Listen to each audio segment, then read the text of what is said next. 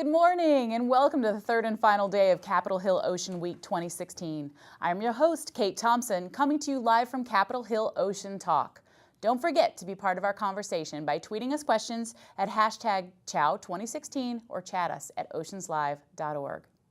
In the late 1800s, fishermen in the Gulf of Mexico spotted an array of brightly colored sponges, plants, and other marine life living on the seafloor far beneath their boats. They named the area the Flower Garden Banks in recognition of the vibrant ecosystem thriving beneath the ocean surface. Today, those banks, as well as the nearby Stetson Bank, are protected by the Flower Garden Banks National Marine Sanctuary. Located between 70 and 115 miles off the coast of Texas and Louisiana, Flower Garden Banks National Marine Sanctuary is the only national marine sanctuary in the Gulf of Mexico. Today we'll be discussing what makes this sanctuary such a special part of the Gulf and how the sanctuary is helping to restore this ocean basin. I'm very happy to be joined this morning by GP Schmall, the superintendent of Flower Garden Banks National Marine Sanctuary. GP has managed the sanctuary since 1999. Today we'll talk with him about the importance of this special National Marine Sanctuary, as well as some exciting news about the sanctuary's future. We're also joined today by Jesse Ritter, the Federal Policy Specialist for Gulf of Mexico Restoration at the National Wildlife Federation. Jesse advocates to protect and restore the Gulf of Mexico region and increase its resilience. We'll talk with her about the sanctuary fits into the broader efforts to protect the Gulf. Also joining us is Captain Scott Hickman, National Marine Sanctuary Volunteer of the Year and owner-operator of Circle H Outfitters and Charters. As a volunteer at the Flower Garden Banks National Marine Sanctuary, Scott is passionate about ensuring the sustainability of the Gulf's marine ecosystem. We'll talk with him about the importance of the sanctuary for recreation and tourism. Thank you so much for joining me today. I'm so excited about Flower Garden Banks and their new potential announcement that might be, happening. So I just want to quickly break the ice in the show. We've been doing it all week. I'm going to show a picture here, and I want to get a one-word response from all of you. Here it is. What do you say, GP? Start with me. I'm going to steal a word that Dr. Sylvia Earle uses quite often and say hope. Nice. Vibrant. Scott. Butter sauce with a good glass of wine. Somehow I knew, Scott, that was coming. Words, but yeah. A few words. Delicious. A few words. Delicious. Yeah, that's good. That's good. Well, that was a shot of a grouper at Flower Garden Banks National Marine Sanctuary, and that view is the reason why it was designated in the first place. So, GP, can you tell us why it's so important to protect this special place called the Flower Gardens? Well, that's exactly right.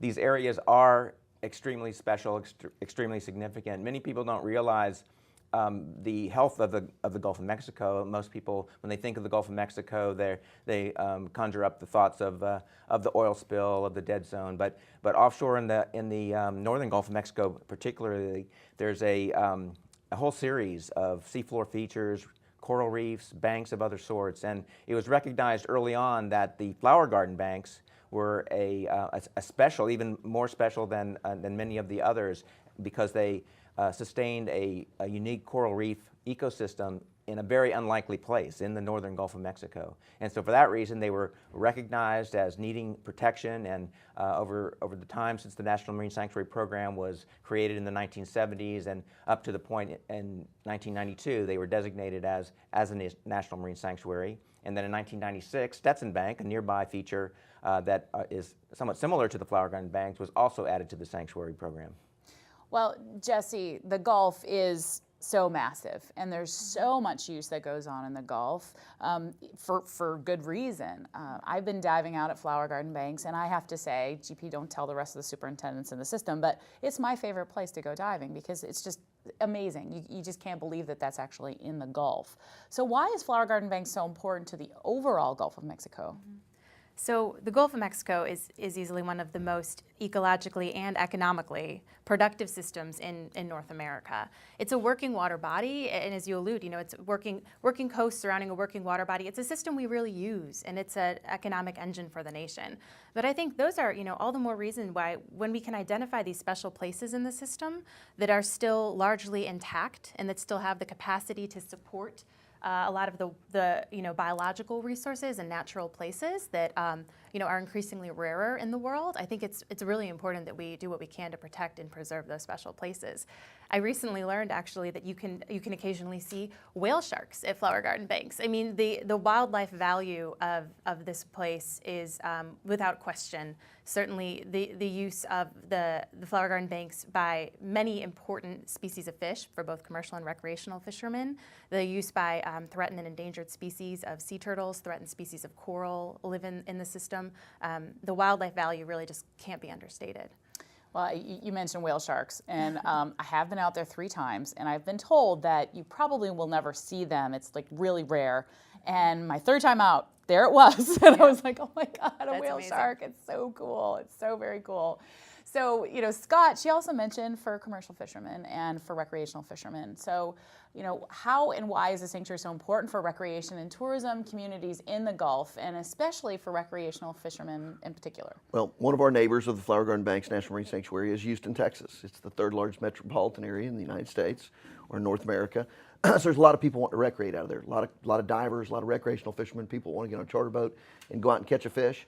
And the Flower Garden Banks is just one of those really special places that you can see things like whale sharks, manta rays, varieties, catch all different types of groupers and snappers, and there's a lot to do there. And so being so close to 5 commercial ports and this large metropolitan area, it's going to be a balancing act of taking care of that and to keep the sustainability of this economic engine, which is the diving and recreational commercial fishery, alive and going strong. And the Flower Garden Banks play a major role in that, because that's it's essential fish habitat. And so we want to make sure we keep that healthy and keep that economic engine going. So it's a big portion of our charter boat fleet.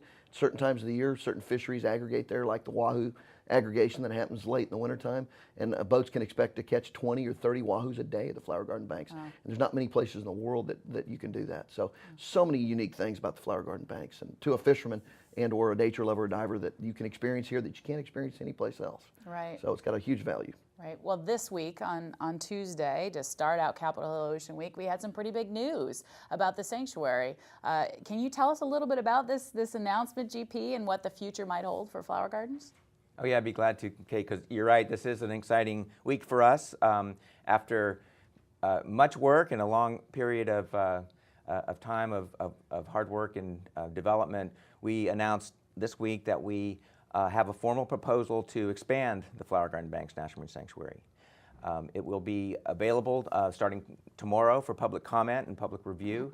And what we've done is, as I mentioned, there are a number of other reefs and banks in the northwestern Gulf of Mexico, which are also very important for sustaining fish of a variety of fish species of commercial and recreational importance, and for other reasons. And so we have stepped back and looked, and our preferred alternative in this proposal is to add 15 additional bank features to the Flower Garden Banks National Marine Sanctuary. And we have a range of other alternatives that even look farther and start looking at some of the other incredible communities in the Gulf of Mexico out in the deeper waters of the continental shelf. Okay, so what is that process? How can you just said open for public comment? What does that mean? How do people put their comment in? Yes, this is a part of a process that all of our proposals go through, and the first thing that happens as we release this proposal, release a plan that has a range of alternatives and a preferred alternative. And then starting tomorrow, it will be open for public comment, and that public comment will go through August 19th. And during the latter part of July, between July 12th and 22nd, we will hold a series of 5 public meetings as well, to also obtain public comment on the proposal.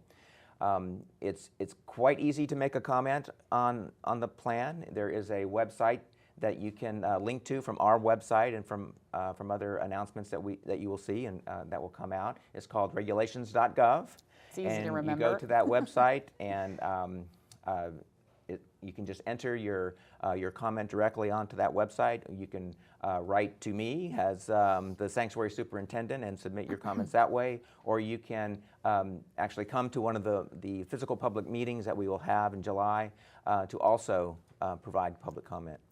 Great. Well, Scott, at Tuesdays nights, gala, which, you know, the ocean prom. And as a fisherman, did you have a suit on? I can I tell. actually, my wife talked me into wearing a tuxedo. Wow, a tux. yeah. The guy who's on the water every day, Yeah. you wore a tux. That's awesome. Well, you were awarded the Volunteer of the Year award for the NOAA's Office of National Marine Sanctuaries, which is a big deal, considering there's 10,000 volunteers or so across our system that put hundreds of thousands of hours in to help us do our jobs, because we would never be able to do it without you. So congratulations. Thank you. And thank you so much for everything that you do for Flower Garden Banks. As a member of the Advisory Council and bringing your thoughts from your stakeholders to the table, it's extremely important, and we thank you very much for Appreciate it. that. So as a sanctuary volunteer and a local community member, how do you feel about this proposed expansion of Flower Garden Banks?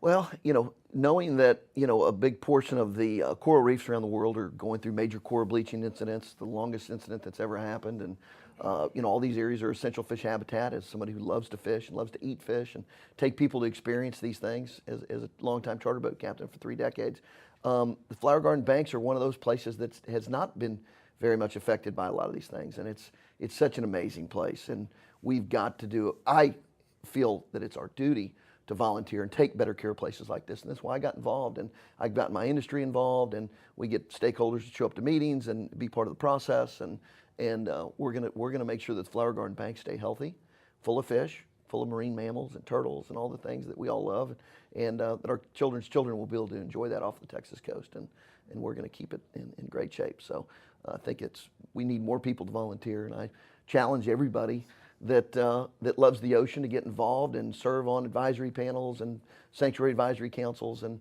you know, there's times we struggle to get people to volunteer and do these sorts of things. So I challenge everybody in America, you know, if you love the ocean, come join us. Let's take better care of our natural resources and leave things better off than we found them. So. Well, thanks again, Scott, for everything you do, and because I think it's extremely important, considering, you know, what's been happening in the last 5 to 6 years in the Gulf with the oil spill and everything, and that's actually a hot topic today on how we move forward with the Gulf and finish its restoration and get there, because we still see impacts today from that oil spill. So, Jesse, what in particular is the National Wildlife Federation doing, and how are they involved in the efforts to restore the Gulf, and how does Flower Gardens fit into that piece? That's a great question. So NWF has a team on the ground in the Gulf states working really actively to ensure that the ecosystems are restored in the wake of the BP spill. We are at this really exciting juncture right now in the Gulf of Mexico. And as many people have probably been following, in April of this year, BP and the Department of Justice and the 5 Gulf states reached a final settlement at the magnitude of about $20 billion, a historic amount for an environmental settlement for restoration of the ecosystems, as well as economic restoration. If you look across earlier settlements and actually look at the amounts that are potentially able to be used for ecosystem restoration, we're looking at a quantity of about $16 billion. So this is truly a once-in-a-lifetime opportunity that we're facing over the next several decades as this money starts to flow.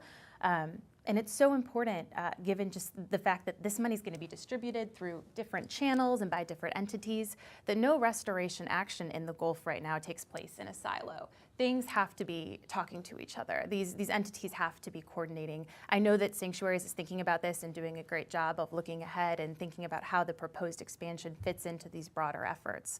I want to flag that $8 billion of the dollars from the BP settlement are actually tagged for natural resource damage injuries. And last fall, the Natural Resource Damage Trustees released a science assessment and restoration plan that captures not only the impacts to injured resources, but also sort of sets a path forward from the spill. And you know, in the case of Flower Garden Banks, the actual corals in the sanctuary boundaries themselves didn't experience any direct impacts from the spill, but certainly benthic habitats across large swaths of the northern Gulf of Mexico did, and including some areas that are included in Alternatives 4 and 5 of the draft EIS for the expansion. So given what we know about the connectivity of these habitats, and given the fact that there's, I think, roughly $273 million available through the Natural Resource Damage Settlement for mesophotic and deep water benthic communities, there's a real opportunity here. And this proposed expansion is very timely, and I think there's an opportunity to leverage these different resources and the expertise at sanctuaries, working with the NOAA trustees and the other trustees on the council to really maximize the opportunity here. Right. And I just want to add my congratulations to GP and the rest of the sanctuary's staff and volunteers. And this is a big milestone for the sanctuary and also for the Gulf. Yeah, it's very, very exciting. And Scott, you had mentioned your daughters earlier. So you're out on the Gulf all the time. What's been one of your most exciting opportunities out there or experiences out there? Because every time is something different, something new happens. What's been something that you are very memorable for you? You know, since the early 90s, I've been, going out and enjoying the Flower Garden banks and the areas around it. There's so many to think about, but I'd say probably a year or so ago, I had a group of fishermen and we decided to go to the Flower Garden banks, tie up one of the buoys and have lunch after we've been fishing some deep water trawl type boats and chumming up tunas. And we had just drifted off the coral cap and up came a school of rays. And I looked down and saw some shadows underneath it. I said, hey, let's drop a live bait down. And we dropped a live bait down under this giant school of rays and we hooked a big fish. And we fought it and fought it and fought it and we landed almost a 100-pound amberjack from underneath the school of rays. And I said, how awesome is this? And that's so it cool. was really, really cool. So Nice. it's from seeing whale sharks to manas, all different types of rays, all the unique type of fish and different types of groupers you can catch in and around the Flower Garden banks. It's just, whether you're an angler or a diver, it's an amazing place every day. If you can get out there with the weather will let you, the things you can experience. So Nice. I'd say that's one of my most memorable here Okay. lately. Nice. GP, since you've been the superintendent since 1999 and have been diving out there quite a few times, what's been your most memorable experience out there? Wow, that's a tough one. Like Scott says, there's so many experiences that I have had out there, and I have a pretty broad experience of diving and visiting places throughout the Caribbean and throughout the world. But I think I'd have to say that the first time I witnessed coral spawning may be the most memorable moment that I have. And you might know that about 7 to 10 days after the full moon in August, many species of corals will release within a 1 to 2 hour period all of the eggs and sperm larvae, at one time and into the water column, where they break apart and mix, get fertilized, and then float with the currents in order to colonize new areas to make new coral reefs. And I'd always heard about it, and it was described as a upside down underwater snowstorm, and it really is like that. There is coral eggs just rising up from all over the surface of the reef, because most of the reef at the Flower Garden banks contain these species of corals that do this, what they call broadcast spawning. So that first night I saw that will stay in my memory forever. Forever. And it's a pretty amazing thing to see, for sure. And every experience I've had down there has been just absolutely amazing. But I do remember one time in particular, the current was just ripping. I mean, ripping. People were hanging off the lines like flags. It was absolutely crazy. And then there was this massive turtle that he's just hanging, not doing anything, and he kind of just smiles as he goes by us as we're hanging on the line, and it was almost straight out of a cartoon. It was really, really amazing. And each time I go there, I just am so awed by this special place that it is, for sure. So thank you so much, and I want everybody to remember regulations.gov. Get on there, make your voice heard, because it can only go forward by the voices of the people. So thank you all for joining me today and for discussing this exciting news about the proposed expansion of Flower Garden Banks National Marine Sanctuary. But before we go, I want to extend a special thank you to our presenting sponsors, the National Oceanic and Atmospheric Administration, the U.S. Department of the Interior, and the Walton Family Foundation. In addition, I would like to thank the co-hosts of CHOW, the Campbell Foundation, and the Gordon and Betty Moore Foundation, and all of our sponsors, because without their support, the success and accessibility of CHOW would not be possible. Coming up next at 11:15 a.m., CHOW will continue discussing the importance of the Flower Garden banks and the Gulf of Mexico with a panel on the vision for Gulf restoration. And then at 12:30 this afternoon, we'll be back here with another Capitol Hill Ocean Talk. But this one will be different. Tune in here on OceansLive.org for a discussion on controlling the lionfish invasion, complete with a live demonstration. Thanks for watching.